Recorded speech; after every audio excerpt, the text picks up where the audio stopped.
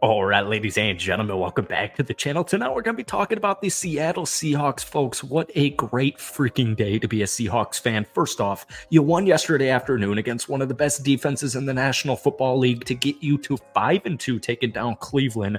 San Francisco lost their third straight football game, which puts the Seattle Seahawks first in the NFC West. Then we all check the news or we check Twitter or whatever this afternoon, and what do we see? We see that the Giants are sending veteran defensive lineman Leonard Williams to the Seahawks for a 2024 second-round pick and a 2025 fifth-round pick. Now, you're hearing overpay. He was, the Giants were going to cut him in the summer, whatever. The Seahawks, I am loving this aggressiveness, specifically on the defensive side, and it started this past year in the offseason with like a big-time free agent in Jermont Jones coming on over. It was, to me, very uncharacteristic of previous free agencies for Seahawks. So they're putting the foot on the gas. Why not make a move like this to get your team to the next level? You see an opportunity. They cover all the boxes. They check all the boxes. They're a top 10 offense. They're a top 10 defense. Now you're number one in the NFC West. You're ascending up. Your divisional rival, San Francisco's trending down. I know Philadelphia made the Super Bowl last season, but if you're Seattle, you're thinking to yourself, if we could be the number one team in our conference, or in our division, why can't we be the best team in the NFC? So Seattle makes this move, and I absolutely love it. And you see this. I cover basketball, so I see this all the time. We'll get to the trade deadline and you'll have like a star player. And it's like, oh, why would we trade for this guy? Why would we overpay for this, star player and just hope he resigns in free agency when we could just, get him for free once the offseason comes? Then you'll have a team like the Suns or the Lakers or the Warriors or the Celtics come in there, make a trade for him, and it results in a championship. This is a type of move that I'm seeing right here. Now, before we get any further into tonight's video, we'll talk about this signing. We'll talk a little bit about yesterday's game. Hit that like button, hit that sub button for daily NFL content, along with a couple of Seahawks videos every single week. I'm talking so fast right now. I'm so excited for Seattle's football team right now in general, being 5-2, number one in the division. And then just to make it even sweeter, I see this. So if we get this video to 250 likes, that would mean the absolute world to me. So just first things first, Leonard Williams is 29 years old. He's played 8 games so far this season with the New York Giants. He has 21 combined tackles, 1.5 sacks, and 5 quarterback hits. Now, if we go back to 2020, that was Leonard's last dominant season, where he had 57 total tackles, 11.5 sacks, and more importantly, 30 quarterback hits. Now, I love the Seattle Seahawks defense. We've talked about the Legion of Boom 2.0 era all the time. I mean, you went out there and you picked up guys like Jermont Jones. You brought back Reed. You brought back Wagner. You drafted hard hitters, guys who are just seeking heads in Devin Witherspoon. I absolutely love this move. So last season, just as some final context here, 45 tackles. He had 12 quarterback hits and 2.5 sacks. So, if you are a big football fan, sacks certainly aren't the indicator of if a player is good or not, or what kind of impact he's going to have. You need veterans, and you need veterans to win.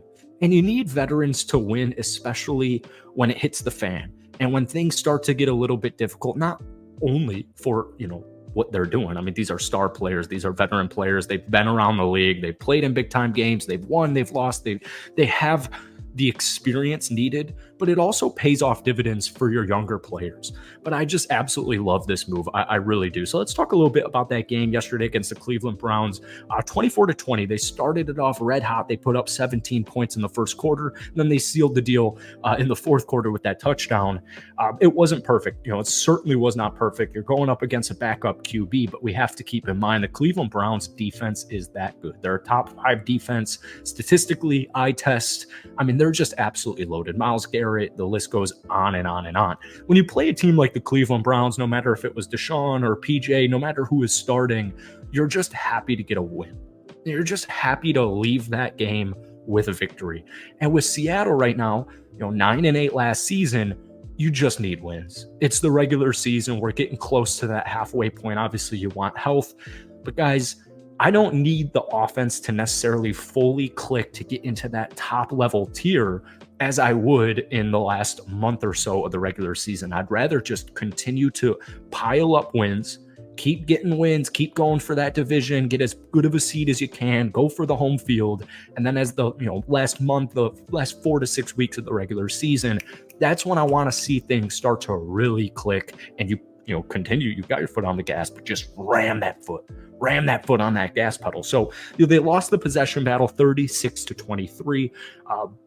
Third down efficiency was not great, 4-12 from third down. They did have 362 yards. However, there were 3 turnovers. They had 7 penalties as well. It was not a phenomenal game outside of the first quarter. Mr. Geno Smith, 23 of 37, 254 yards, 2 touchdowns, and he did have those 2 interceptions. Now, some great things, because once again, you're going up against one of the best defenses in the National Football League. Kenneth Walker, only 8 carries, but he had 66 yards. Obviously, that 45-yard rush averaged 8.2 yards per carry.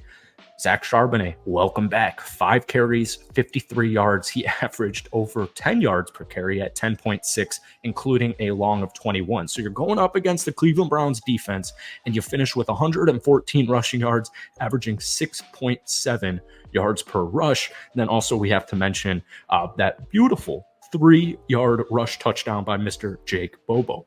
Another thing I absolutely loved that I've been seeing, especially, the last game and yesterday afternoon, Jackson Smith and Jigba getting more time, more playing time. Now that you have as your offensive line's getting healthier and healthier and healthier, I don't need 2 tight ends out there to serve as my blockers every single possession. So we talked about this in every Seahawks video.